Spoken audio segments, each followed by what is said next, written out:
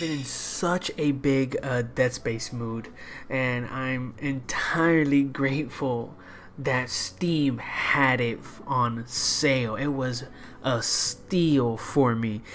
Usually it will be around like $60 to get all three games as well as like the DLCs of the other games, but I was able to basically get that all of that for like $17, and it was the best thing I could have done because it was very nostalgic for me to even play the first game. It took me back many years when I was a kid, and I was like hiding behind my older brother, and he was literally playing this game with ease. He wasn't scared or nothing. I would just hide behind him and I would start screaming. He would kick me out the room, but I would still come back because I want to see the game.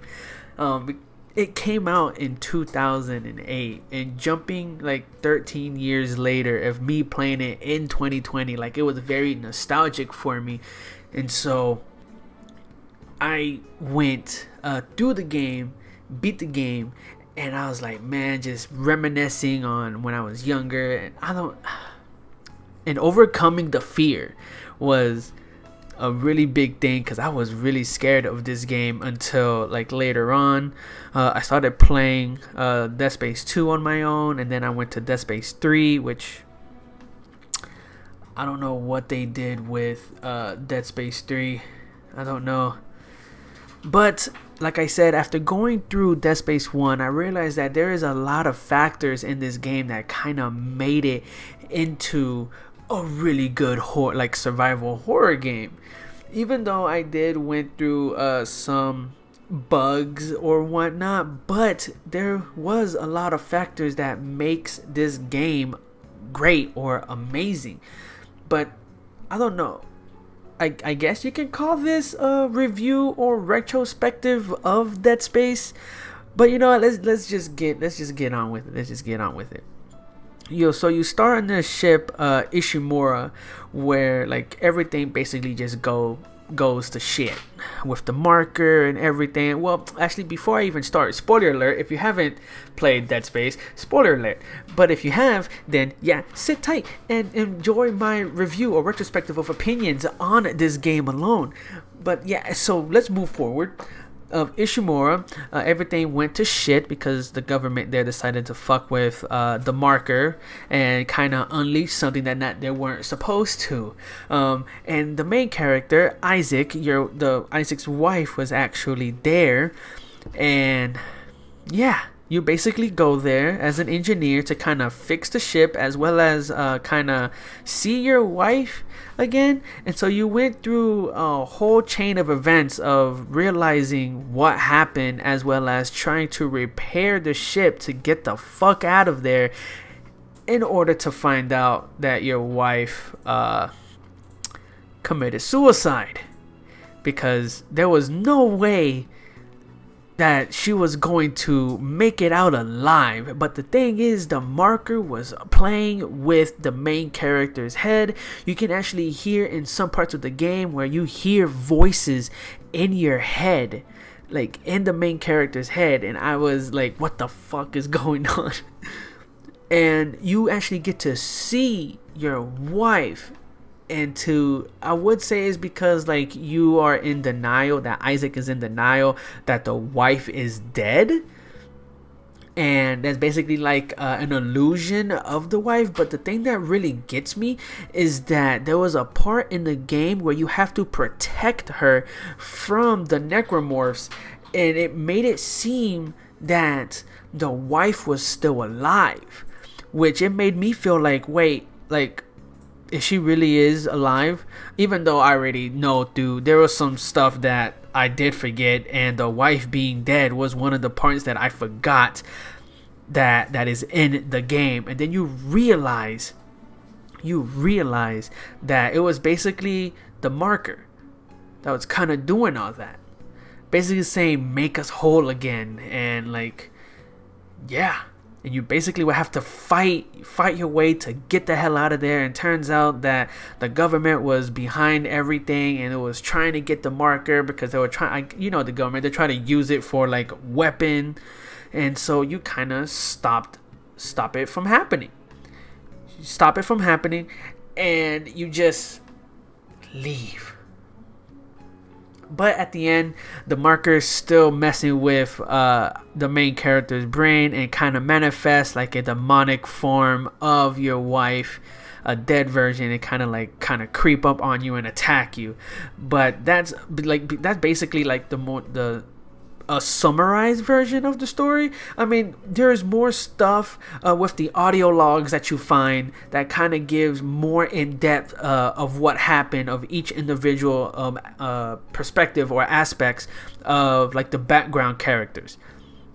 But I would say like the environment and the enemies are very, very unique in a way, because these weapons that you have are fucking, how should I say, freaking unique. The favorite one was the plasma cutter for me, and then the Ripper.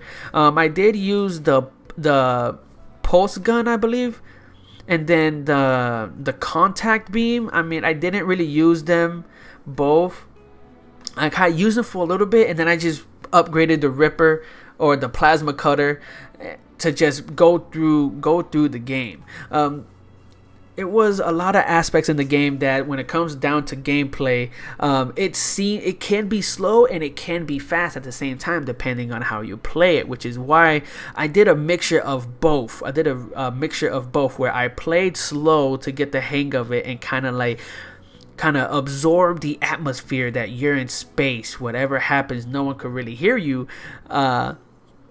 And you're basically surrounded. You're constantly surrounded, but you don't know where they're going to come from. Like, you don't know if it's going to come behind you, in front of you, above you, below you. Like, you don't know what's going to happen. And they use that to kind of scare you. And they did give you some areas or a sense of relief that nothing is going to happen. And then, bam, it just comes in out of nowhere. It literally comes in out of nowhere. You can open a door and then a huge tentacle will grab you and drag you. And you have to destroy the arm before it reaches the destination, or you die. Or you have to go across on the outside part of the ship while asteroids or asteroids are basically hitting, and you have to cover yourself, or else you die, and you have to do it quick or you run out of oxygen. So either or, like if you take your time, you die. You go too fast and you miss a step, you die. So like it's a mixture of, you have to be careful, you have to time it, but you have to and not take your time in a way. And it does have some defensive mechanism when you have to like get on a turret and you have to shoot the asteroids before it destroys the rest or part of the ship, to kind of get back the defenses. Get the defenses back online, which I do think that's kind of cool. I did mess up a little bit, but I did prevail. I did came back and I conquered what needs to be done.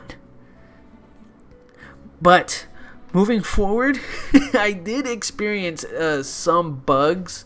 There was a part where I was trying to go through an elevator and I literally fell through the elevator, and I was able to see through the entire game. I had to restart everything and go back to that spot in order for me to move forward. I'm glad that it wasn't a game-breaking glitch that I had to start over, but I was very grateful and very happy that it was just that one glitch, and it happened out of stream, since I was streaming this game. It happened out of stream, but I did record it. So, yeah. But, and then another one is that the way I died, there was these gravity things that was kind of shooting up, and like if you touch it, you die. Basically, you touch it, you die. And I got hit by a necromorph. I got pushed to the gravity. I float up a little bit. Isaac got up in midair and then died. Here's the thing. That got me. that got me. I was like, what the hell? But other than that, it was actually pretty good. I had a lot of fun playing this game. I mean, I am going to go through all 3 games. My favorite one is still Dead Space 2, with Dead Space 3 being, I would say, in the second. It's only because of the co-op, but if I were to actually rate them, it'll be Dead Space 2, Dead Space 1, and then Dead Space 3. Even though with Dead Space 3, they kind of fuck that up and kind of make it more of a shooter rather than like a survival horror. It's not really scary, honestly. It's really not scary, especially when they put in the co-op. I mean, yeah, it's a cool concept, but they took away what Dead Space was actually about, and that's where like the whole thing just fell down, and we just started going straight down like a roller coaster. It went down really fast, which is why like they kind of did DLC of it to kind of end it, and then that's it. We didn't get nothing else, but that's because like EA, those bastards, kind of shut down that company. But we are getting a remake, which from the makers, I am kind of skeptical, and I am thinking about like what could be going on with it. But yeah, but other than that, I'm all for it. Very excited. I still find it funny that when I started playing Dead Space, that's when the rumors start up for a Dead Space remake, as well as a freaking trailer for it. I'm just excited. But yeah, what do you guys think of this? I know I was a bit everywhere, but hey, it is what it is, right? It is what it is. But let me know what you guys think of Dead Space. Like, do you guys love it as much as I do?